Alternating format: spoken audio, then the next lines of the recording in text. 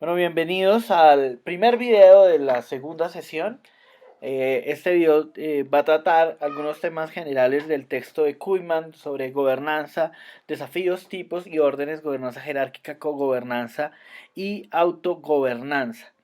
Eh, la perspectiva de Kuhlman es una perspectiva interesante porque nos permite tratar de aterrizar estos elementos de gobernanza que estuvimos charlando en la sesión anterior, de manera que podamos, digamos, operacionalizarlo, entenderlo y sobre todo comprender esas, digamos, múltiples circunstancias que rodean el llevar a cabo un proceso de gobernanza, ¿no?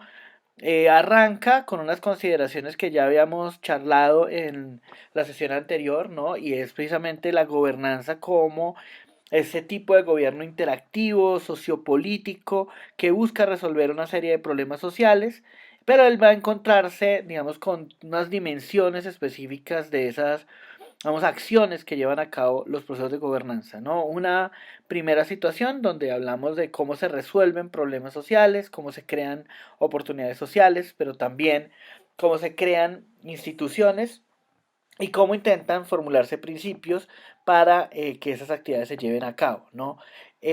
Sobre eso, él va a notar que si bien ese concepto de gobernanza parece etéreo, hay que entenderlo precisamente en una serie de procesos, estructuras y actores eh, en donde, pues digamos, la consideración sea desde la perspectiva de unos sistemas integrados en donde se cumplen tanto interacciones de carácter público con público como interacciones público-privados y privados entre sí.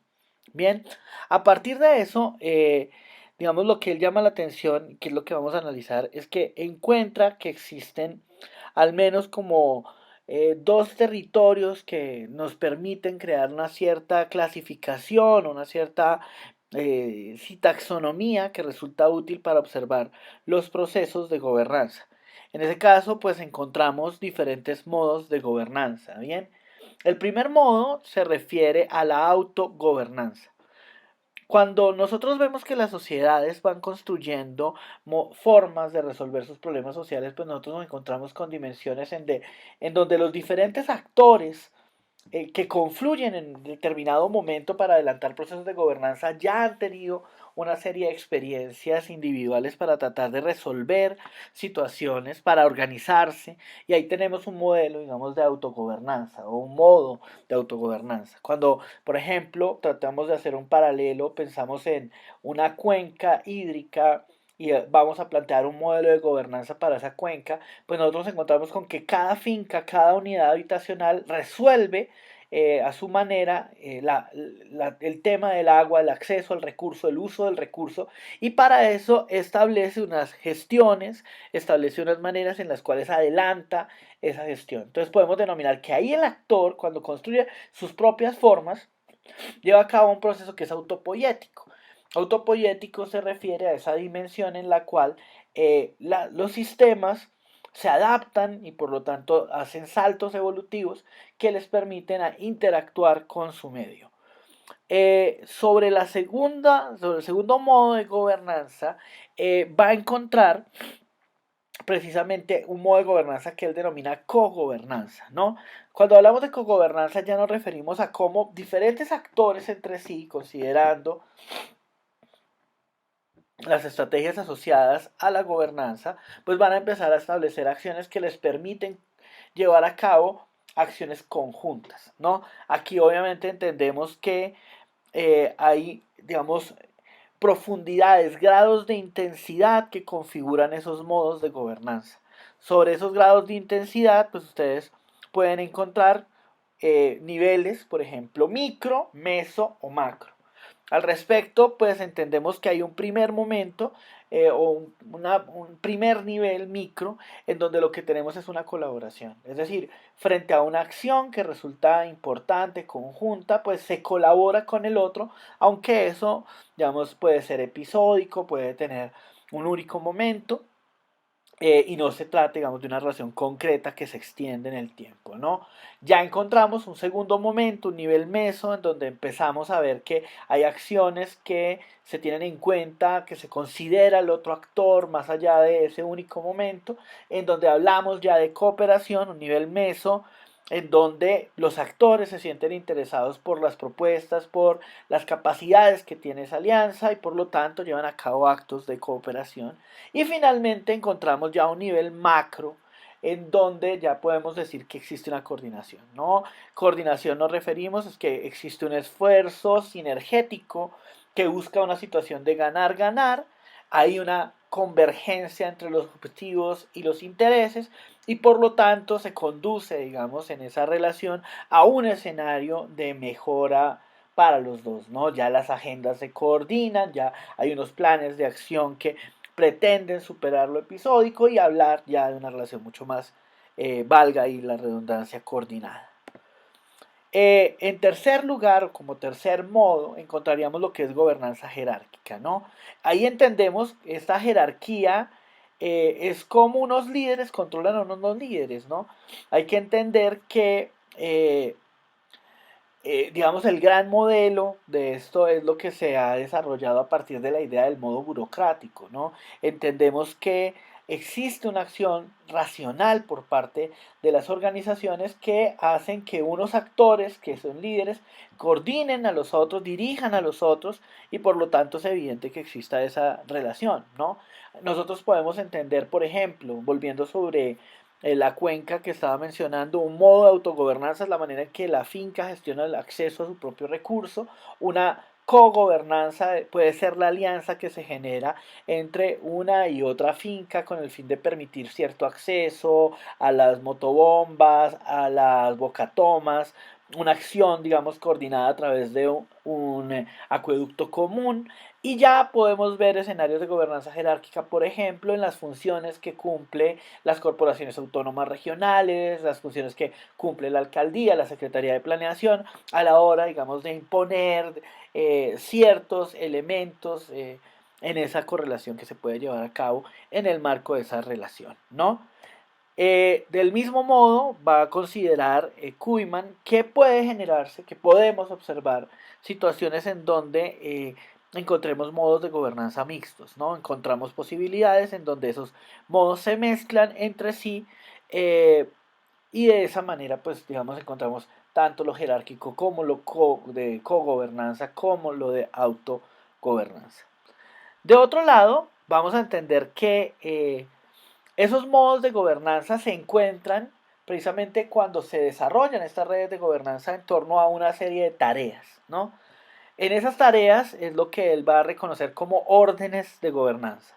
Sobre eso hay un primer orden de gobernanza, que es el que se refiere a la solución de problemas y la creación de oportunidades. Entonces, cuando tenemos, por ejemplo, que resolver un problema, estábamos citando hace un momento el tema del agua, ¿no? Lo que entendemos nosotros es que confluimos los habitantes, confluimos los actores que nos encontramos relacionados con esa cuenca a la hora de interactuar en un orden que es, bueno, ¿cómo resolvemos un problema? Y es que es el acceso a este recurso hídrico en un momento determinado. Bien, en ese sentido encuentra pues una situación, ¿no? Y es, hay que ir a reconocer unos estadios, ¿no? Uno, cómo se reconocen los diferentes intereses, las apariencias, cuál es la complejidad que existe entre las relaciones entre el sistema. Luego, revisar cuáles son las tensiones, volver a donde están localizadas e ir adelantando un proceso, digamos una espiral virtuosa en donde se vaya mejorando ese, vamos, primer orden, ¿no? Tenemos una situación, sobre esta situación pueden darse estas soluciones generan estas tensiones, cómo podemos localizarlas y adelantar procesos de implementación y revisión permanente.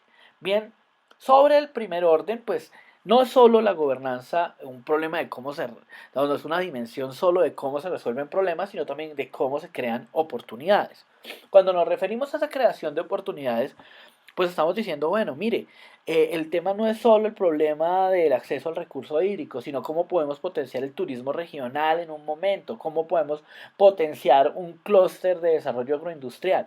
Todas esas iniciativas empiezan a mostrarse como creación de oportunidades. Bien, obviamente una creación de oportunidad no está digamos, exenta de generar diferentes impresiones, es decir, no para todo el mundo representa esa una oportunidad igual. Por eso No, la recomendación de Kuhlman arranca precisamente de donde se encuentran las tensiones relevantes. A partir de eso, cuáles son las áreas que son potencialmente afectadas, qué interacciones implicarían ya las oportunidades y desde allí cómo eh, definir cuáles son las interacciones, pero también cuáles son las expectativas que tienen los actores frente a ese proceso de creación de oportunidades. Entonces la idea es ir y volver sobre ese ciclo.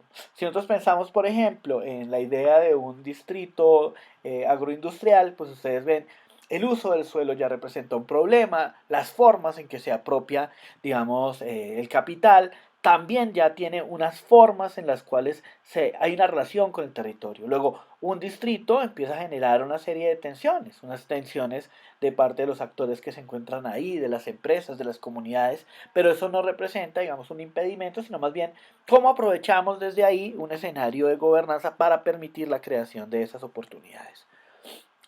Hay un, digamos, segundo orden de gobernanza que tiene que ver con la construcción de instituciones. Como decíamos, hay unos desafíos, ¿cierto?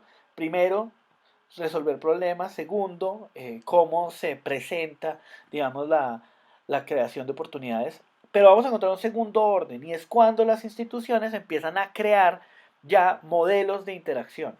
Entonces entendemos que cuando hablamos de modelos organizados de normas, de roles construidos socialmente, estamos hablando de instituciones, ¿no? Cuando yo me relaciono con los otros, voy performando institucionalmente unos conjuntos de relaciones, de patrones, de conductas que estructuran a los diferentes actores y a la vez estructuran la institución. Me explico. Cuando participamos en una red de gobernanza, mis acciones empiezan ya a limitarse por la participación en esa red de gobernanza, ya no puedo actuar en los mismos términos, pero además creo una serie de reglas, de regulaciones que permiten entender la manera en que institucionalmente se desarrolla esa red. Y finalmente entendemos que a partir de lo que señala Kuhlman, existe un momento que es cuando repensamos el proceso, ¿no? Él habla de un gobierno y rediseño de los procesos desde un punto de vista normativo. El nivel meta, o digamos la metagobernanza, se refiere a cómo en esos procesos de gobernanza se llevan a cabo eh, revisiones, evaluaciones que permiten volver sobre las formas en que hemos trabajado esos temas de gobernanza, valorarlas, reconocer los aciertos, pero también reconocer dónde se pueden reconstruir estas situaciones, ¿no? En términos generales, digamos, esa taxonomía que presenta Kuhlman, que resulta muy útil cuando hacemos observación, por ejemplo, en procesos específicos de gobernanza y podemos aterrizarlo, digamos, ya a dinámicas específicas. Bien, en el próximo video hablaremos ya de algunas reflexiones de Canto sobre estos procesos.